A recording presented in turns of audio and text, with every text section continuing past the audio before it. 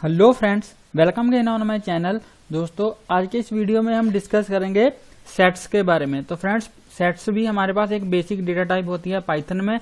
तो चलिए आज सेट्स के बारे में डिस्कस करते हैं। तो फ्रेंड्स, सेट्स बेसिकली क्या होता है, जैसे हमारे पास लिस्ट, डिक्शनरी, टपल होते हैं, ऐसे ही हमारे पास सेट एक डेटा टाइप होता है जिसमें हमारे पास नंबर ऑफ एलिमेंट्स हो सकते हैं। ठीक है जी। तो सेट्स को सबसे पहले हम क्रिएट कैसे करते हैं, सबसे पहले एक वेरिएबल का नेम लिखेंगे, उसके बाद हम कर्ली ब्रेसेस लगाएंगे। ठीक है जी। तो आपके मन में डाउट होगा कि हम डिक्शनरी को भी कर्ली ब्रेसेस से क्रिएट करते हैं और सेट्स को भी कर्ली ब्रेसेस से क्रिएट करते हैं, तो फिर पता कैसे चलेगा कि कौन सा सेट है या फिर कौन सी डिक्शनरी है।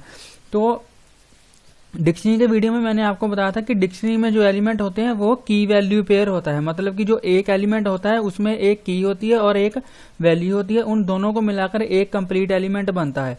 लेकिन सेट में ऐसा नहीं होता, सेट में सिर्फ एक एलिमेंट ही होता है। मैं सिंपल आपको बताता हूँ।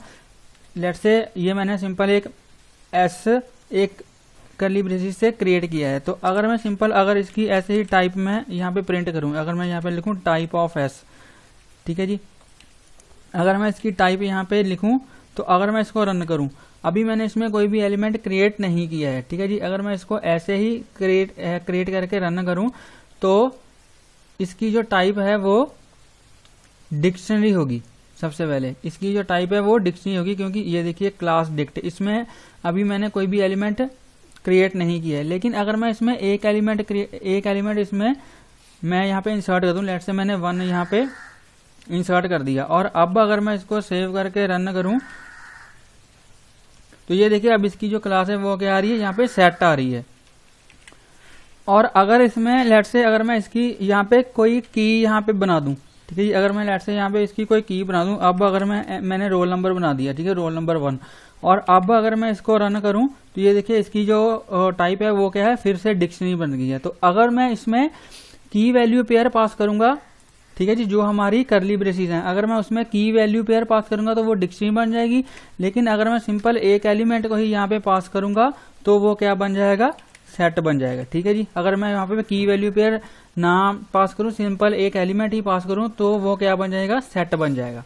ठीक है फ्रेंड्स, तो ये आपकी कंफ्यूजन दूर करने के लिए मैंने बताया है, ताकि आपको कंफ्यूजन ना हो कि हम सेट को भी कर्ली ब्रेसेस से बनाते हैं और डिक्शनरी को भी। ठीक है जी।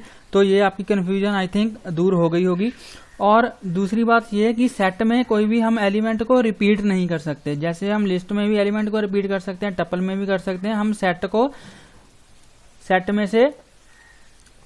में किसी एलिमेंट को रिपीट नहीं कर सकते। लेट से अगर मैं यहाँ पे लेट से कुछ और एलिमेंट्स ले लूँ, ठीक है, और अगर मैं यहाँ पे 6 ले लूँ 2-3 बार, ठीक है जी। और अब अगर मैं इसको यहाँ पे सिंपल सेट को यहाँ पे प्रिंट करवाऊं, सिंपल सेट को अगर मैं यहाँ पे प्रिंट करवाऊं, तो ये देखिए जो 6 हमने यहाँ पे 4 बार लिया है, वो सिर्फ यहाँ पे 1 बार ही यहाँ पे रिपीट हो रहा है। तो सेट में हम किसी भी एलिमेंट को रिपीट नहीं कर सकते। ठीक है जी। और अगर हमें असेस करना हो, सेट के एलिमेंट्स को असेस करना हो, तो हम कैसे कर सकते हैं, फॉर लूप के थ्रू। हम यहाँ सेट में किसी भी एक पर्टिकुलर एलिमेंट को असेस नहीं कर सकते। लेट से अगर मुझे 3 को असेस करना हो तो मैं वो नहीं कर सकता, क्योंकि सेट में ना तो किसी एलिमेंट की कोई की होती है और ना ही इसका कोई इंडेक्स होता है। ठीक है जी। इंडेक्स नहीं होता सेट में किसी भी एलिमेंट का, जैसे लिस्ट में होता है, वैसे सेट में इंडेक्स नहीं होता किसी भी एलिमेंट का। लेट से अगर ये लिस्ट होती तो 3 का इंडेक्स क्या होता, 2 होता। तो अगर मैं यहाँ पे इसको ऐसे अगर मैं लिखूं, तो ये हमें यहाँ पे एरर देगा। ये देखिए ये बोल रहा है सेट ऑब्जेक्ट इज नॉट सब्सक्रिप्टेबल, मतलब कि हम सेट के एलिमेंट्स को इंडेक्सेस के थ्रू असेस नहीं कर सकते। तो हम कैसे कर सकते हैं, हमें फॉर लूप का यहाँ पे यूज करना होगा। ठीक है जी। लेट से अगर मैं यहाँ पे एक्स कर दूं और यहाँ पे फॉर लूप का यूज करूं, यहाँ पे मैं लिखूं फॉर एक्स इन एस, ठीक है जी, फॉर एक्स इन एस, और इस प्रिंट को मुझे फॉर लूप के अंदर यहाँ पे करना होगा। तो अब मैं इसके जो एलिमेंट्स को है उनको मैं असेस कर सकता हूँ। ये देखिए 1 2 3 4 5 6, ठीक है जी।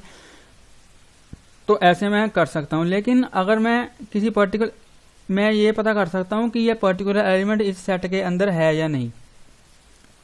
ठीक है जी। लेट से अगर मैं देखना चाहता हूँ कि जो मेरा 3 है वो सेट के अंदर है या नहीं, तो फिर मैं वो कैसे करूँगा, यहाँ पे मैं लिखूंगा प्रिंट, और यहाँ पे मैं लिखूंगा 3 इन S, ठीक है जी। तो अगर तो 3S के अंदर है, S के है हमारा सेट, अगर 3S के अंदर है तो ये ट्रू रिटर्न यहाँ पे हो जाएगा, यहाँ पे ट्रू प्रिंट हो जाएगा, और अगर 3 इसमें नहीं होता तो फॉल्स प्रिंट हो जाएगा। चलिए इसको भी रन करके देख लेते हैं।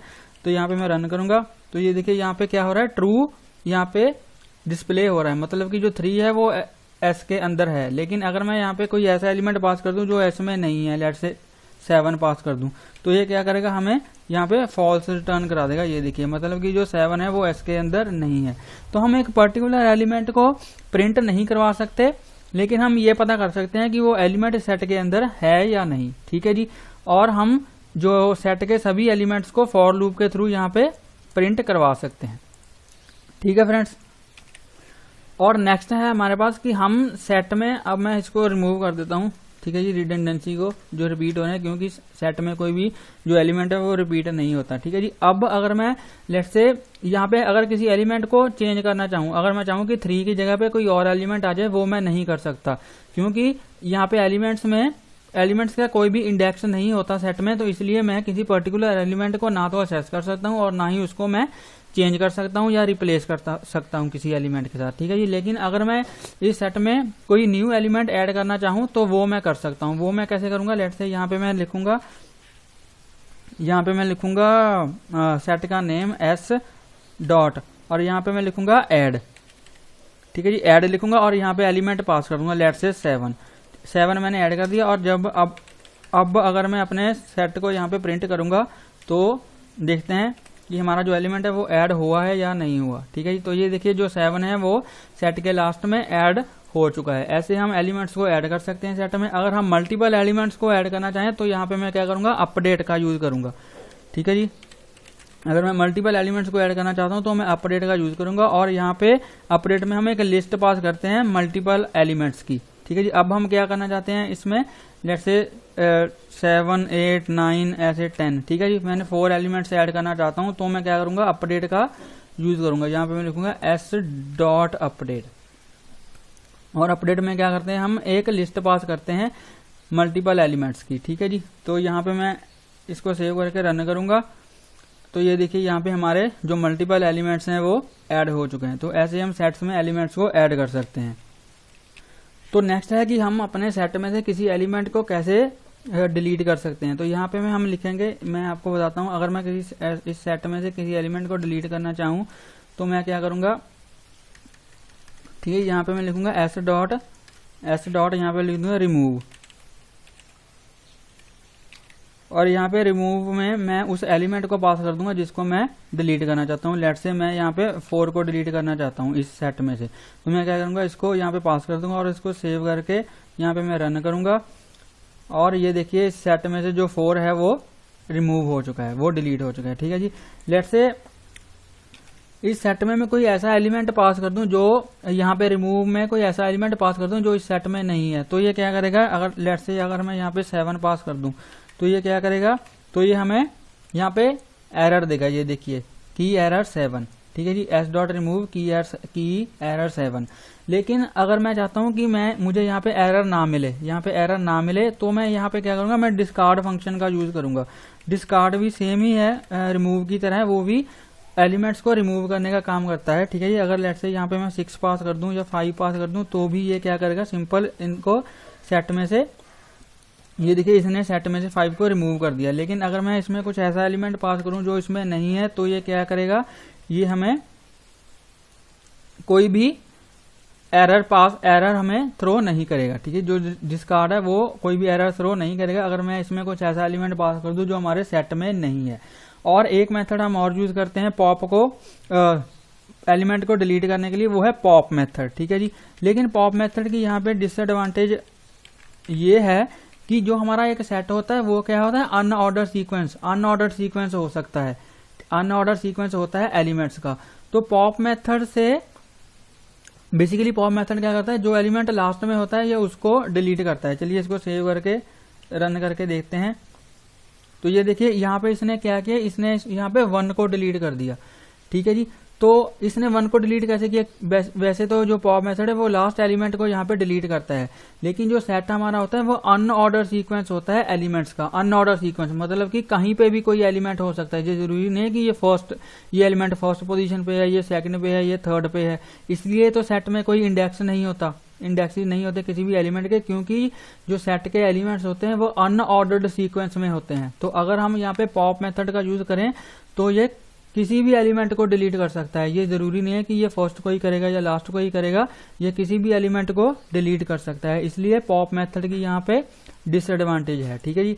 तो अगर मैं इसको दोबारा से रन करूं, दोबारा से रन करके देखते हैं इसको, तो ये क्या, इसने क्या किया, फिर से 1 को ही यहाँ पे डिलीट किया है। अगर मैं